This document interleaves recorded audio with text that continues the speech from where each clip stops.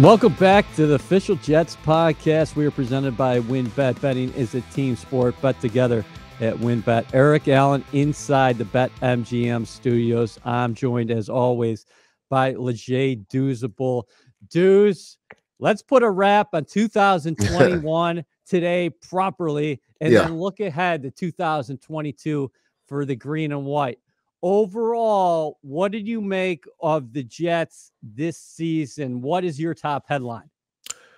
Progression, right? That's what we wanted to see, EA, and I believe that's what we saw. We knew this was a team that wasn't going to win a ton of games, but the one thing I wanted to see was them compete, right? And I knew with Robert Saleh and his coaching staff coming over here, that wasn't going to be an issue, and that maybe have been an issue last year, especially down the stretch of the season. But the last 4 games of the season, this team went out there and they fought, man, and you love to see that if you're a Jet fan, especially looking towards the future. So I think progression is the one word that I would circle and be like, well, we got that done, right? Because we wanted to see progress throughout the season. We saw that from the young quarterback, and I know we're going to break this down specifically offense, defense, and special teams, but we saw progression at times on the defensive side. And then the kicking game, man, I know that was a major issue for the Jets in the beginning of the year, but it seems like they may have rectified that issue as well. So progression is the main word I would say, EA, as far as the word I would describe this season. How about Braxton Barrios?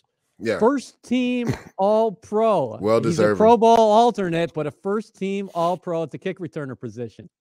And being named All-Pro is way more prestigious than, getting voted in as the Pro Bowl, because we've seen sometimes that's just a popularity contest, and Braxton Barrios deserved to be in the Pro Bowl, but he got a better accolade in being first team All-Pro. Not too many people can say that, man. And so I just think that the beat writers and a lot of his peers and players and coaches saw what type of player he was when it came to special teams. And we saw what type of player he could be on offense down the stretch of the season.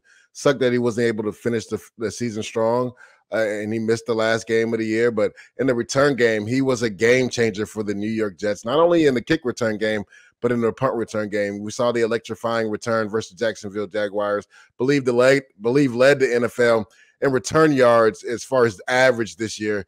So this guy is a piece that I can see the Jets definitely holding on to. I think he's a piece that is good for the locker room. He's got a real rapport with Zack Wilson. The coaching staff trust him. And to me, that's the most important thing, right? When a coach can trust you, know you're going to be in the right position to make plays, always going to do the right thing, is a great locker room guy. I think this is a guy to just have to lock up in the future. Barrios, a multi-purpose weapon who really developed not just from a special teams perspective, but being a fit in Mike LaFleur's offense.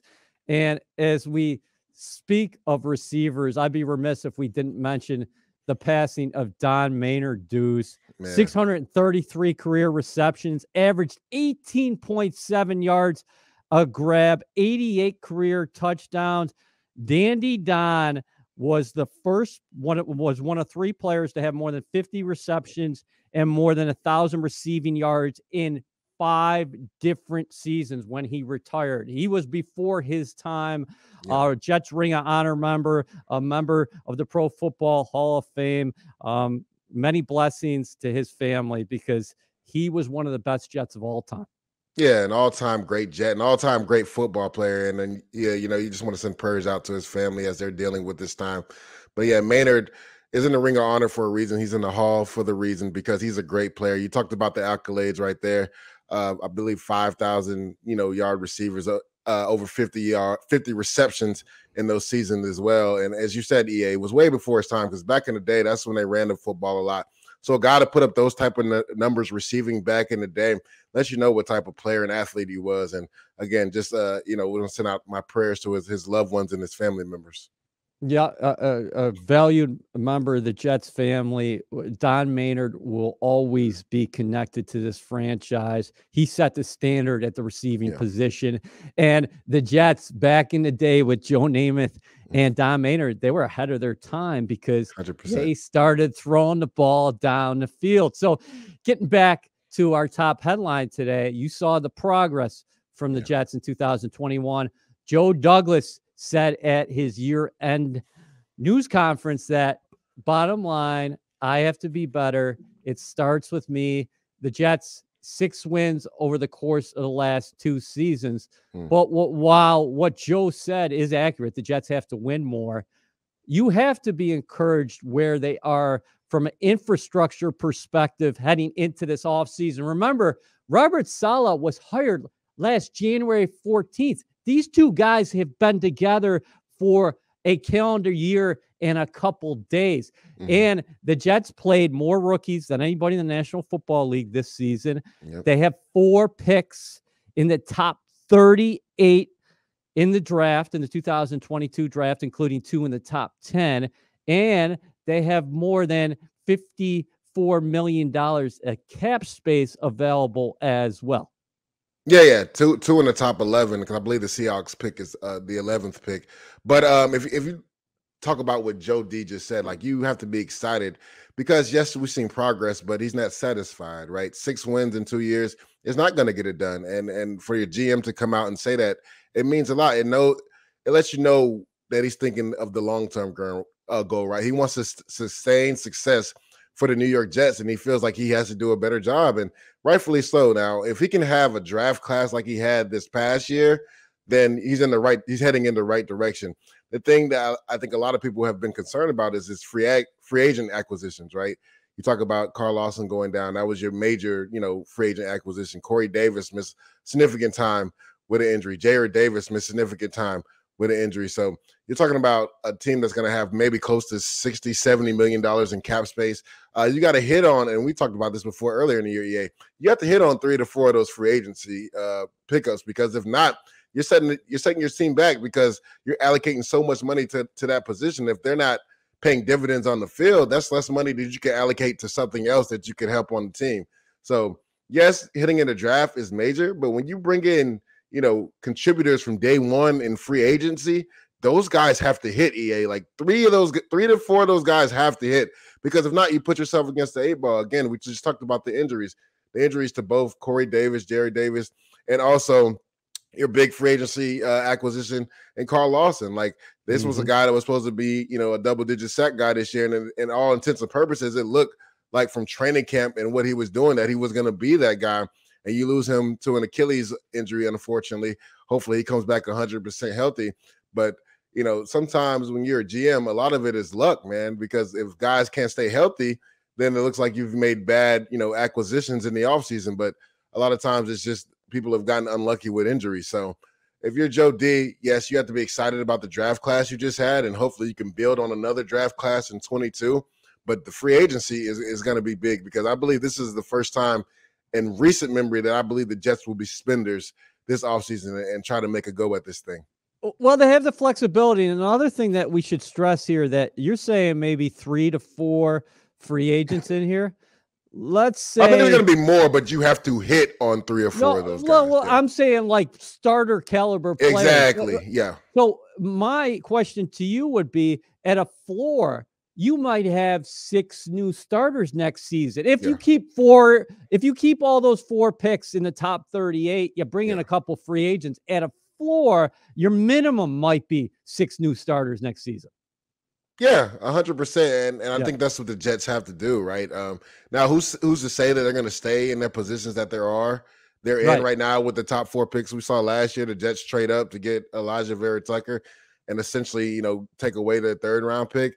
So we'll see what Joe D can do, and he has so much flexibility with the cap room that the Jets will have and the amount of draft capital they have. Who's to say that they don't make a big splash in free agency and go get maybe a Calvin Ridley, or even get an Allen Robinson in free agency, and then now that way you can start drafting for depth, because that's what you have to do in the NFL draft, right? You have to draft for depth and have good players on your roster.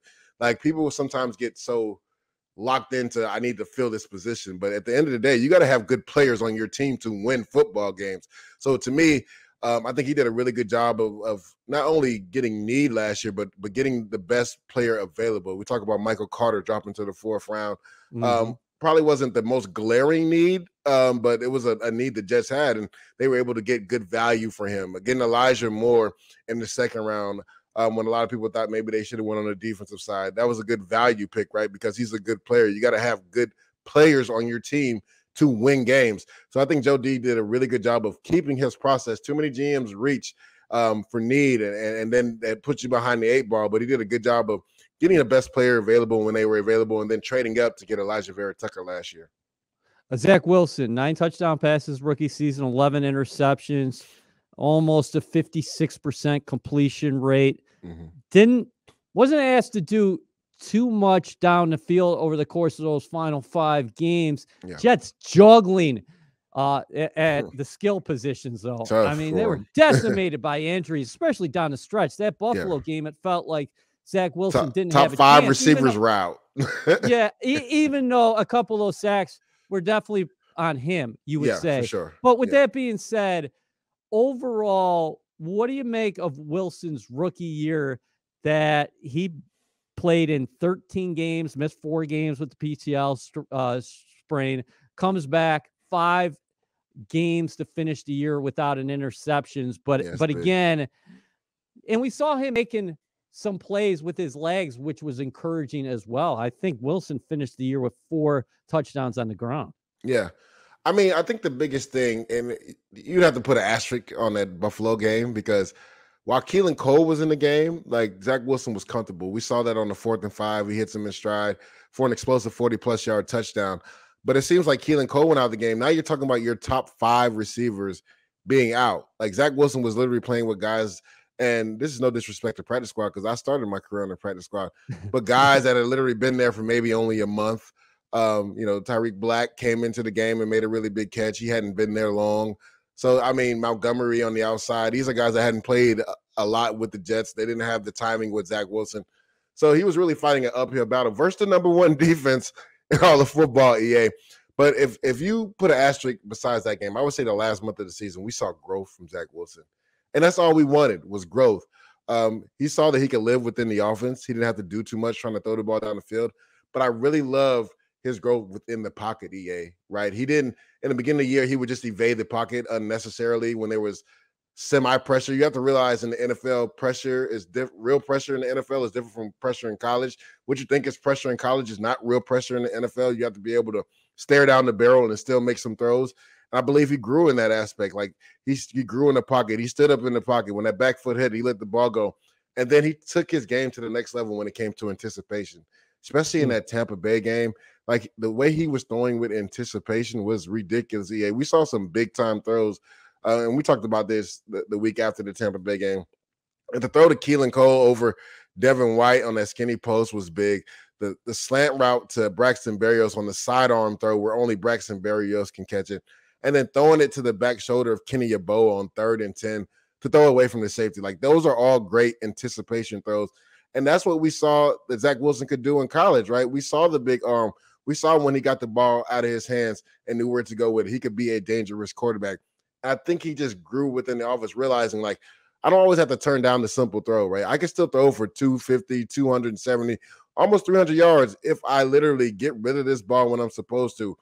Throw with anticipation, throw with timing, and my receivers get the ball in the open field, then they can make plays for me. I don't have to turn down one play and try to throw it all the way down the field. So I saw the growth in Zack Wilson. And if you're a Jet fan and you're a Jet coach, you have to be excited about that. Now, he made some rookie mistakes, and that's going to happen with a young quarterback, and you have to deal with some of those. But you love the growth that he showed the last month of the season. Okay, so where does he got to get better when he comes back here? And I do want to point this out. And he mentioned this when he talked to reporters following that Bills game. You think about the last couple off seasons for him. One year he's coming back from shoulder surgery. Yep.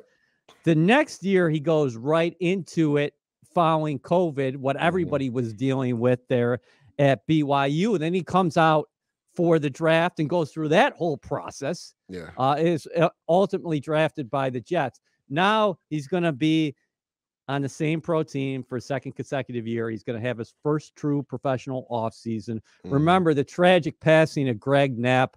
The Jets and a lot of people in the National Football League not only lost a very good football coach, but a great man. And he was going to be tied to Wilson throughout this year. Now, John Beck, his personal quarterback coach, the Jets hired him after he got injured. So he started working with him. Beck's going back to Los Angeles right now, and Wilson will have the opportunity to go train with him now. And Beck knows this system, and he was living here at One Jets Drive and watching how the Jets wanted that system working under Mike LaFleur. So he should have all that a positive momentum for him heading into the offseason. What do him and John Beck have to work on this offseason so that he can take a sophomore leap as a pro? Yeah, and I'm glad you answered that question. I was wondering if John Beck, since he got put on staff, was going to stay around the whole time, or would he go back to the West Coast? But it seems he'll go back to the West Coast, and Zack will get to work with him. I mean, first and foremost, this will be Zack Wilson's first typical offseason in, 3 or 4 years? Because you stated it, right? He came off the shoulder surgery, then went into COVID year, then went into the draft process, dealing with COVID. Got hurt because those teams weren't having spring practices. Exactly. So this will be the first typical, and hopefully this will be the first typical. We'll see what's happening with this disease. We're crossing. We're going to cross fingers. Man. Hopefully this will be the first typical offseason he has, where Zack Wilson, since he's only a rookie, should maybe only take 1 or 2 weeks, just decompress and then get right back into the film room. Right, as a rookie quarterback, you're still young in the game. Yes, you need your rest and you need to decompress, but you should mentally never turn it off, especially when you're a young player going into year 2. They say the biggest growth, EA, in players is from year 1 to year 2. You see the biggest leap. So I would see him getting with John Beck right away next week, already getting back into the playbook, looking at film. Now, physically wise, he's still got the knee thing. He's still going to be dealing with that. So he's going to have to rehab that. So mentally, you have to lock in still, right? Now, he said he wants to put on some weight too. I just wanted that, and I think that'll be massive for him, just because of some of the hits he took this year, right? And then even him using some of that mobility towards the end of the year, you just have to put a little bit more, more meat on the bones, just in case to deal with the rigors of a long 17-game season, right? He's never had to deal with that before. In college, 12, maybe 13 games at the most. You're talking about adding a whole nother 4 games on your body with 3 more preseason games, right? So you're talking about a total of 20 total games. That's something that you're not equipped for coming out of college. I mean, nobody's equipped for. I wasn't equipped for. I didn't realize, and this is when I played, we had 4 preseason games, and camp was a month and a half long. So, this camp was a drag. Damn, we still got 16 games after this, and a bye week. This is crazy. So, he has to get accustomed to the rigors of a grueling, long season. So I think putting some weight on would help him, just because as far as taking some of those hits, being able to bounce back up, and then him using his mobility down the stretch and using that potentially more in year 2, just in case he does get hit, being able to withstand some of those hits because he has a little bit more body mass on him. The offensive line, I think we've talked about it. We did talk about it down the stretch that they played a lot better. Yeah, for sure. Over the course of the second half of the season, and George Fant really stood out. In fact, co-MVP should have been co-MVP. Yeah, there you go. You thought he should have been co-MVP with C.J. Mosley, who had an incredible season with 168 tackles with the heartbeat of the defense. That speaks to how much you thought Fant played so well this season. WynnBET is now live in New Jersey, and they're bringing the excitement of Wynn Las Vegas to online sports betting. Get in on all your favorite teams, players, and sports, from boosted parlays to live in-game odds on every major sport. They have what you need to win. Sign up today to receive a special offer, risk-free $500 sports bet. Download the WynnBET app now or visit wynnbet.com to start winning. WynnBET, an official sportsbook and gaming partner of the New York Jets. Offer subject to change. Terms and conditions at wynnbet.com. Must be 21 or older and present in New Jersey. If you or someone you know has a gambling problem, call 1-800-270-7117. No Mekhi Becton. We talked about that. Big offseason for him. Yeah, 100%. Where does this offensive line have to be fortified? Because they seem like they're close. Their depth was really challenged in that final game against the Bills, so I don't think that's a fair barometer of where they are at right now. But Becton's the monster piece here. If Becton comes back, what does this look like? And also, where could they address the line again? Yeah, so I mean, there's a couple of things you can do, right? To me, and we've talked about the EA, I believe George Fant has earned the right to stay at left tackle. The issue with Fant has always been he's never had a home. And this year, with Mekhi Becton going down, they slid him into left tackle, and he was finally able to be comfortable at one spot for 16 games of the season, and it showed well on the film. the thing that this guy's had to play tight end. He's had to play right tackle, left tackle, guard. They even tried him on defense, EA. Like this guy has been all over the place. Was a basketball player coming in to the draft. So football wasn't even his natural, sport. Mm-hmm. So he finally got the opportunity to be comfortable at the left tackle position. And he played Pro Bowl caliber type football. So honestly, Mekhi Becton going back to college played right tackle. And then this system, right? Your road grader is usually your right tackle. And that's what Mekhi Becton, I feel like, can be in this system as far as this zone scheme, right? You want your more fleet-of-foot guy as your left tackle, which Fant would be. But, Mekhi Becton can play left tackle, but I believe he should slide to right. I think it'll be better for his career if he slid to right. I think he can be – and you get this – there's always this picture that right tackles don't get paid as much, they're not as athletic, but that's not true anymore. If you look at guys like Lane Johnson, you look at guys like Trent Brown, like the right tackle position has come a long way, especially if you have a left-handed quarterback. Technically, that's the blind side. Right tackles have come a long way in this league, and more right tackles are starting to get more recognition for how they play the game of football. So, I mean, you have to get rid of the stigma of, I'm going to right tackle and it's kind of a downgrade. No, it's not a downgrade. Right tackles are getting paid. For Trent Brown was like the highest paid tackle in football at one time, and he was a right tackle. So you have to get rid of that stigma. I believe Mekhi Becton would slide in right perfectly at the right tackle position. And I know everybody was giddy about him and Elijah Vera Tucker maybe being together, being on the left side, being like that building block on the left side for Zach for the next 7 to 10 years. But I think George Fant has earned the right to be at left tackle. And then the question mark is the right guard position, right? Okay. LDT came in. We're not even sure. Supposedly he has to start his residency soon, or he could maybe lose his doctorate or something like that. So we don't know what his status will be for next year. You got some good reps from GVR. He, lost his spot to LDT, but came back and played really well the one game he played. I think that's something they'll address at the right guard position. I think Connor McGovern played really well this year. I know a lot of people have been enamored, and I'm enamored with, Tyler Lindenbaum from Iowa Center. Yeah, Iowa Center. But I think Connor McGovern's played really well. Now, if there's a case where, Jets with that 11 pick slide back and they can get, Tyler Lindenbaum maybe later, then I see that and maybe move Connor McGovern to guard. But we'll see what's happening with that too, and cap casualties. I think McGovern's on the books for one more year. Thinking making around about $8 million. So we'll see what Joe D does, again, with the flexibility he has with all the cap room and the draft capital.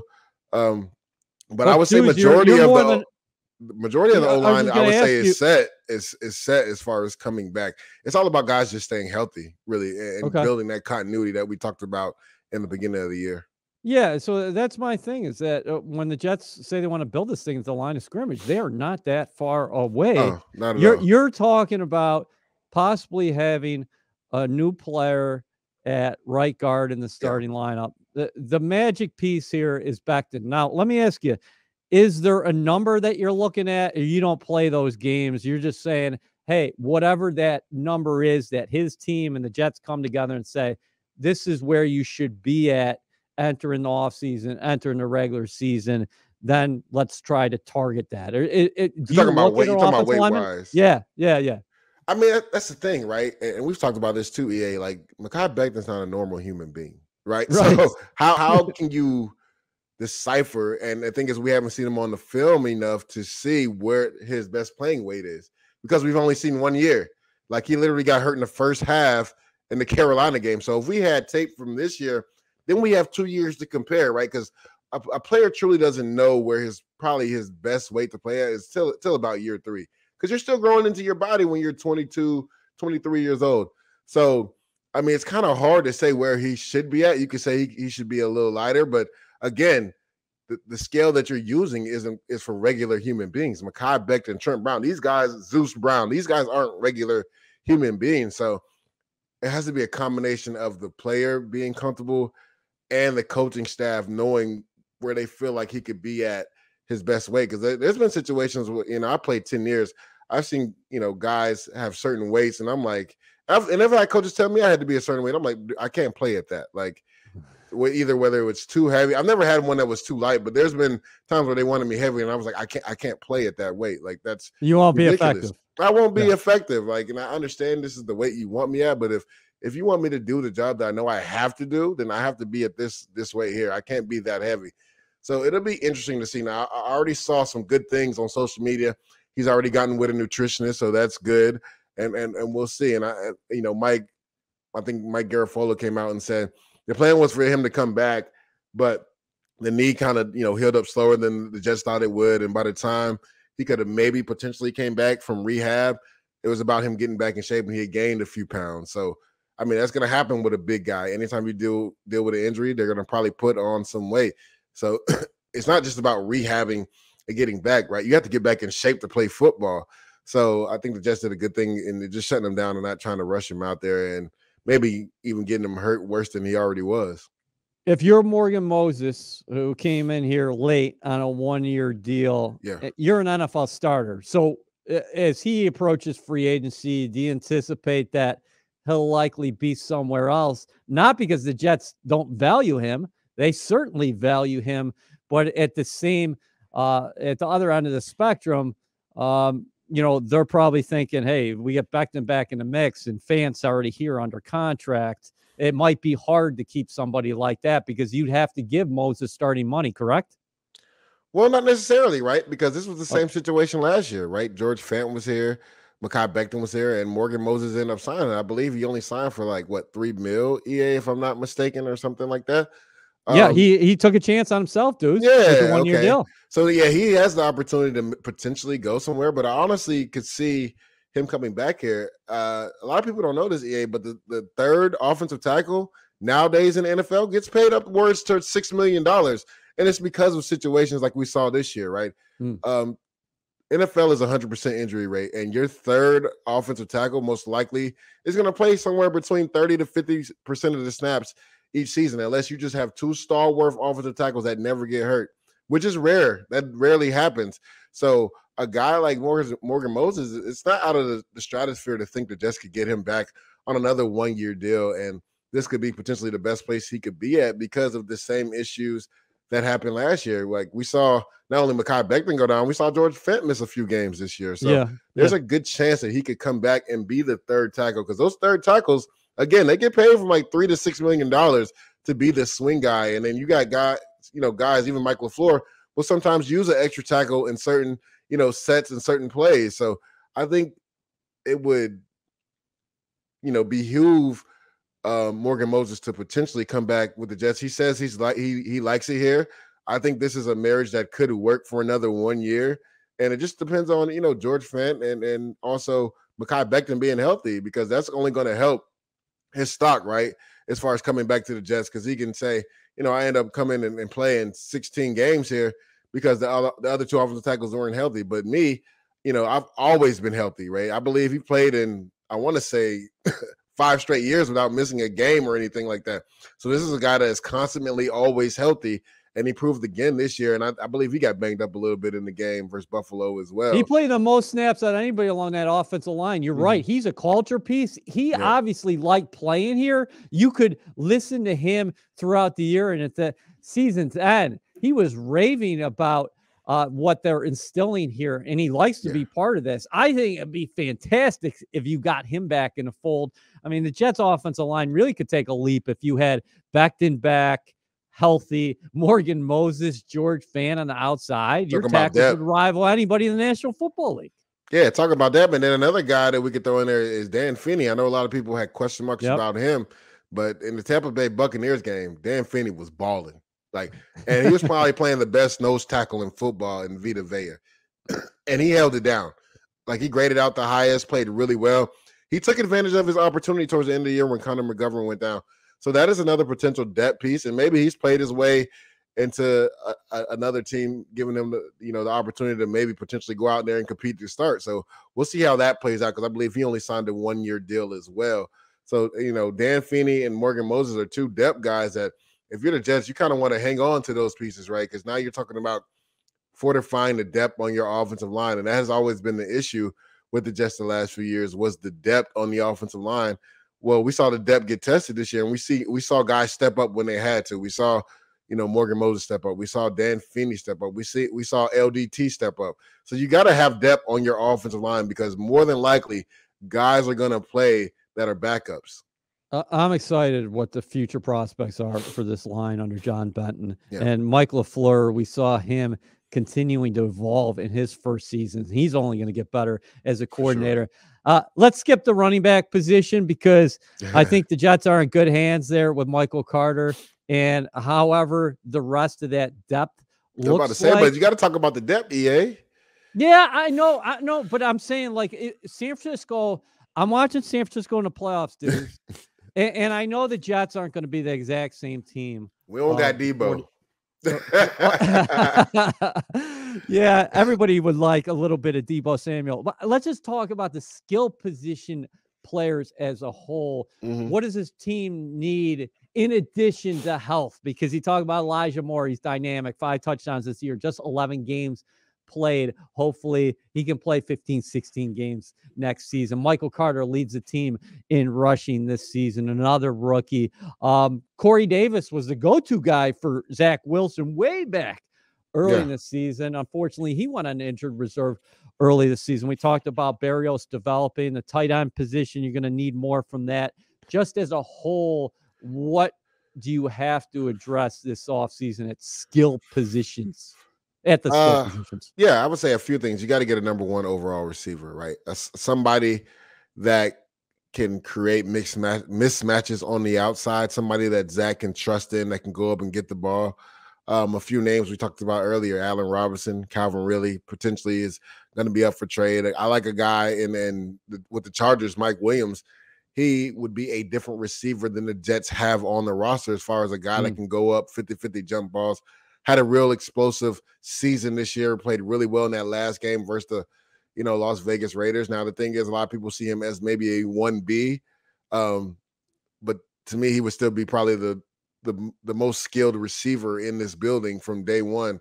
The thing that you worry about with him is the injury history he's had before. Now, he was healthy this year, but he's had some injury histories in the past. But as far as explosiveness, as far as going up and getting the ball, a target in the red zone that Zach Wilson can trust, I really like Mike Williams. And then the tight end position definitely has to be addressed this offseason, especially in this offense. And we see it with, Shanahan, with George Kittle, what he means to that offense. We see it in Green Bay with Robert Tonyan, what he meant before he got hurt to that offense with Aaron Rodgers and Green.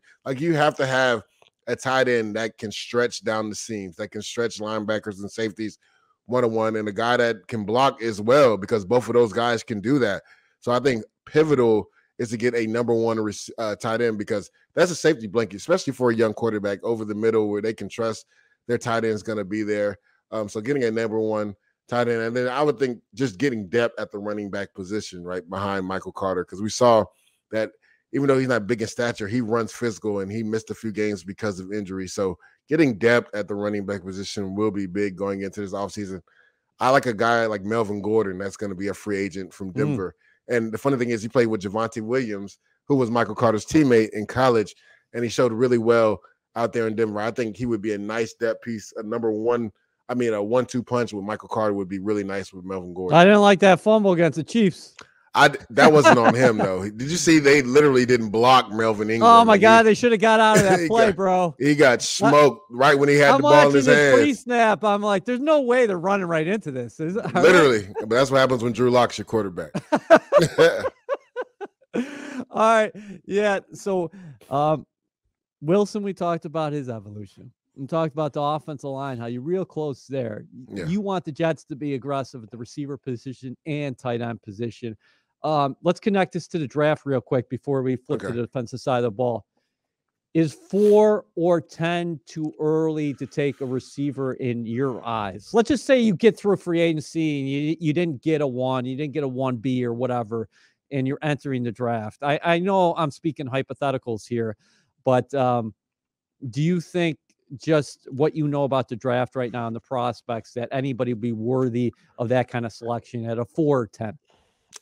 Too high for receiver. Okay. Now, if both of the receivers from Alabama were healthy, maybe at the 10 or 11 spot, potentially, the Jets could take a receiver there. But I think as far as guys that are going to be healthy that are out right now, I think that's too high to take a receiver in this draft class. And that's why I think the Jets could potentially trade back, right? A guy that I really like, Hutchinson's going to be most likely gone by the time the Jets pick it for.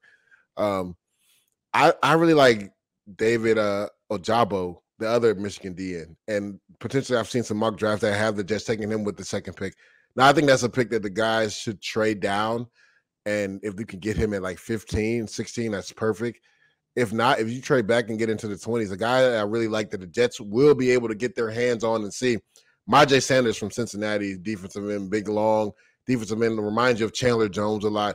This is a guy the Jets will be able to get, one-on-one work with down at the Senior Bowl, and we saw how pivotal that is. We saw Deebo Samuels with the San Francisco 49ers coaching staff, and they drafted him in the second round in the West. The rest is history. So this will be a big opportunity for this coaching staff to be down there with Jim Nagy and the Senior Bowl, and to be down there with some of the top prospects in all of college football, because they get access to these guys for a whole week, right? I think Kyle Shanahan said it perfectly the other day. Like, it's easy to trick a guy in one meeting, but it's really hard to trick a guy when you're with him 7 days a week, right? They see your work ethic. They see how you interact with teammates and coaches for 7 days. Your true self is going to eventually come out. So they get to really evaluate, and this is a great opportunity for this Jets coaching staff. Yeah, the Jets going down there along with the Detroit Lions staffs. The Lions picked number 2 overall. I always thought that it made sense for them to take Aiden Hutchinson. What is Jacksonville going to do at number 1? It's interesting. They might take Aiden Hutchinson. Yeah, they're not looking for a quarterback. Obviously, they got their guy in Trevor Lawrence. How about the Jaguars taking down the Colts to wrap up the regular season? Kayvon Thibodeau, thoughts on him? He's a good player. He's a project, though. Like, a lot of people have him right behind Hutchinson. I think he's more of a project. Honestly, I wouldn't take him in the top 20 picks. I wouldn't take him in the first round, honestly. This is just me. Okay. Yeah. I just think he's a project, man. I'm always iffy, and Pac-12 people are probably going to kill me. I'm always iffy about Pac-12 linemen, man, and just the history of them. But I don't. Defensive lineman, not Elijah Vera Tucker. Yeah. But see, USC is the one caveat to that, right? Okay. USC, they have a long history of putting out defensive and offensive linemen. So, like, you trust that. Oregon has put some good guys out. You talk about Eric Armstead and DeForest Buckner. Both of those are really good players. And I believe Kenny Clark went to UCLA, but those are the exception. They're not the rule. Like, you got the Deion Jordans and everybody else that has been drafted high that hasn't panned out as well from some of those Pac-12 schools. So he's quick twitch guy now, right? I worry about him a little bit on the edge as far as the run game. And again, I think he's a project. I think David Ojabo has a higher ceiling than him, and he's a bigger end too. So I would take David Ojabo before I took Kayvon Thibodeau. Thibodeau's going to be a good player. Somebody's going to take him in the top 5. I just wouldn't take him in the top 5. WynnBET is now live in New Jersey, and they're bringing the excitement of Wynn Las Vegas to online sports betting. Get in on all your favorite teams, players, and sports, from boosted parlays to live in-game odds on every major sport. They have what you need to win. Sign up today to receive a special offer, risk-free $1,000 sports bet. Download the WynnBET app now or visit wynnbet.com to start winning. WynnBET, an official sportsbook and gaming partner of the New York Jets. Offer subject to change. Terms and conditions at wynnbet.com. Must be 21 or older and present in New Jersey. If you or someone you know has a gambling problem, call 1-800-270-7117. Dudes, let's flip to the defensive side of the ball. We said it starts the line of scrimmage, and we spent a lot of time talking about Mekhi Becton and how close the Jets, frankly, are on the offensive line. How about the defensive line? What would a healthy Carl Lawson do up front for a team that says its defense is predicated on causing chaos up front? You saw Lawson on the field in the summer before he went to Green Bay and went down with that Achilles tear. He was the best player on the field for the Jets every day throughout the summer. Explosive, quick twitch. He would have been a game changer, I thought. Yeah, and you stated it, right? This defense is predicated off the defensive line creating havoc up front, and missing Carl Lawson was monumental for this team. Now, it allowed guys like John Franklin Myers to be able to step up. And I think you talk about adding not only depth, but you talk about one of your explosive playmakers back on the edge with the Carl Lawson, with a potential of a first-round pick or somebody in free agency that you're going to add.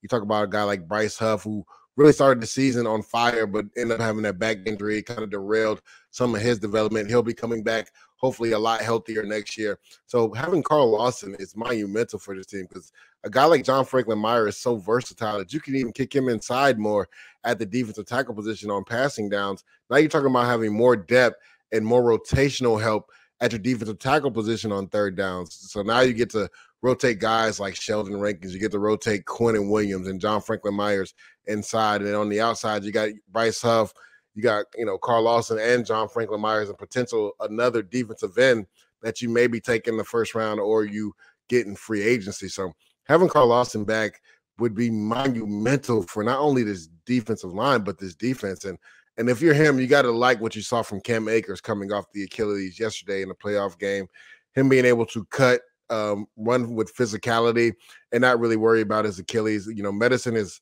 grown so much and advanced so much these last few years that, the ACLs and Achilles guys are coming back a lot sooner from.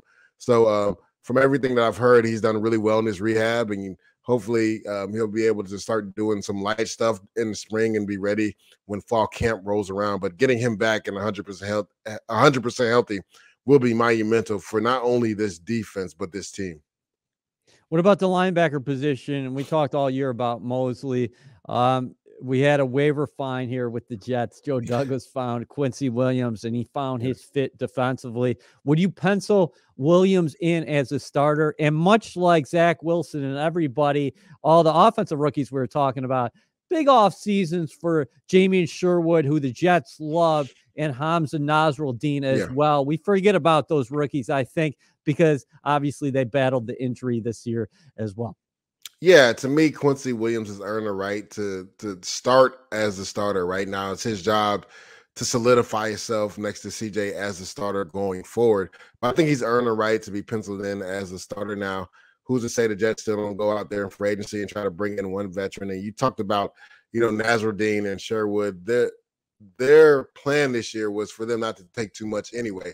But with the injury to Jared Davis, Sherwood was thrust into action to start right away, and then Nasruddin had to play right away as well too. So Robert Saleh really didn't want them to take too many reps this year, maybe 10 to 15 reps a game, but they had to get action in right away because of the injuries. And then Sherwood ended up going down with a significant injury. So next year will be big for them. Again, the biggest year in leap as far as production, usually for a player, is year 1 to year 2. So hopefully that both of these guys can be, solidified in just one position, because if you remember, EA, they had to learn multiple positions. Like Sherwood was playing Sam, then he had to play Will, then he had to play Mike.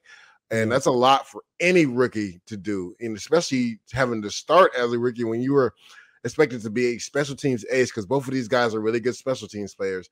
They were expected to be special teams players and then contribute some on defense, not come out the gate being starters on defense, but they had to come out the gate being starters on defense because of some of the injuries. So going into next year, right, hopefully they can just solidify them at the Will or the Mike, and maybe Nasruddin the Sam and the Will, and they won't have to put too much on their plate.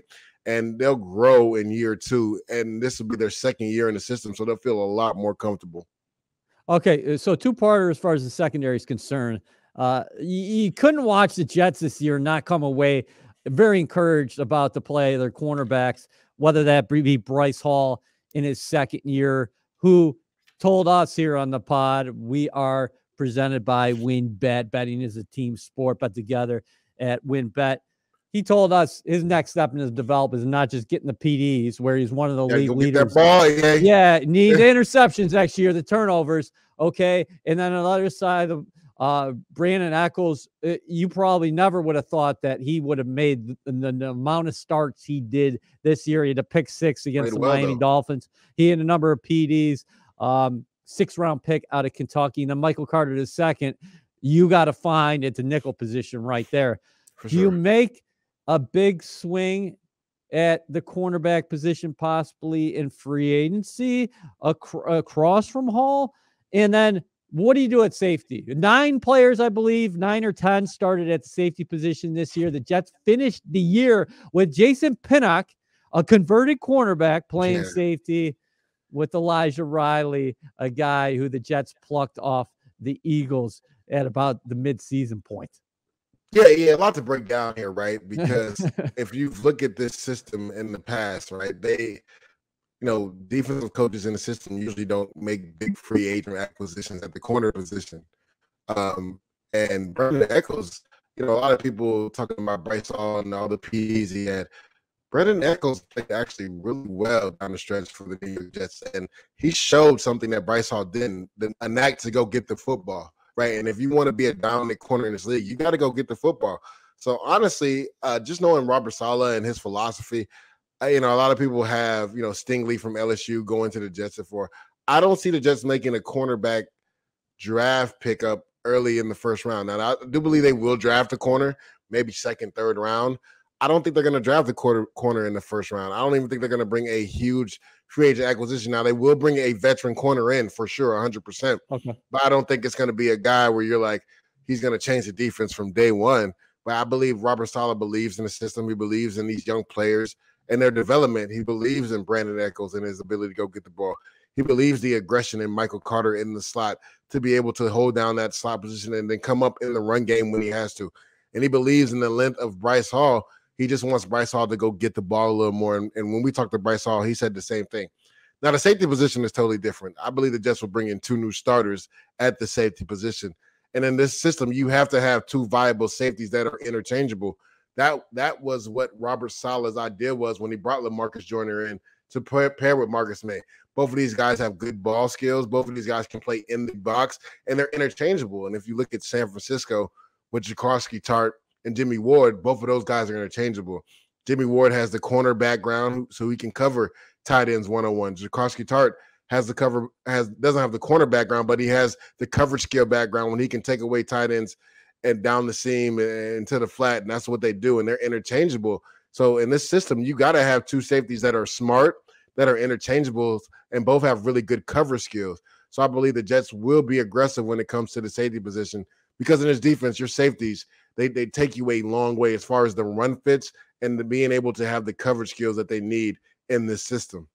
Marcus Williams might be a free agent. Jesse Bates, I know you like him a lot. For Cincinnati Bengals. Jordan Whitehead in Tampa, I really like him. So those are guys that potentially could be on the market. Any quick thought on Kyle Hamilton from Notre Dame? He'll probably be gone by the time the Jets pick. Now he'll be there. He'll be there for both of the picks, but I wouldn't take a safety that high. Okay. All right. Okay. He's a good player, but I wouldn't.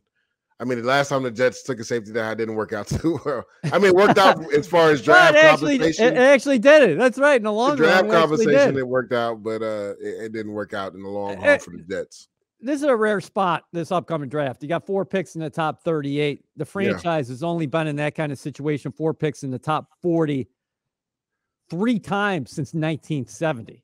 Yeah. I mean, this is really a rare spot. Rare air. Yes, rare spot for the Jets here this offseason.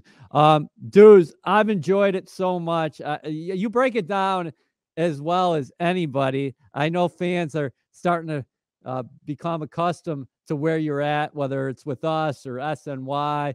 We did Jets Game Day with Robert Saleh this year. For Jets analysis, it's as good as it gets, this guy bringing to the table. I had a lot of fun this year, brother. Yeah, me too. Appreciate you, EA, and everything, man. One of the best teammates I've had. It's going to be very fun. An action-packed offseason ahead for the Jets. Only one team is going to be named champion, and everybody else will get to work. The Jets have already started their offseason preps. Robert Saleh and company are going to be down in Mobile, Alabama.